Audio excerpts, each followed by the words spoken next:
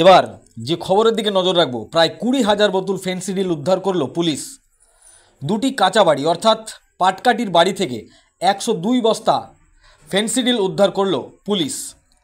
Police সূত্রে জানা যায় মুর্শিদাবাদ জেলায় ফেন্সিডিল ঢুকেছে এমনই খবর যায় বিএসএফের পক্ষ থেকে। তারপরেই জোর কদমে তল্লাশি শুরু করে ডোমকুল থানার পুলিশ।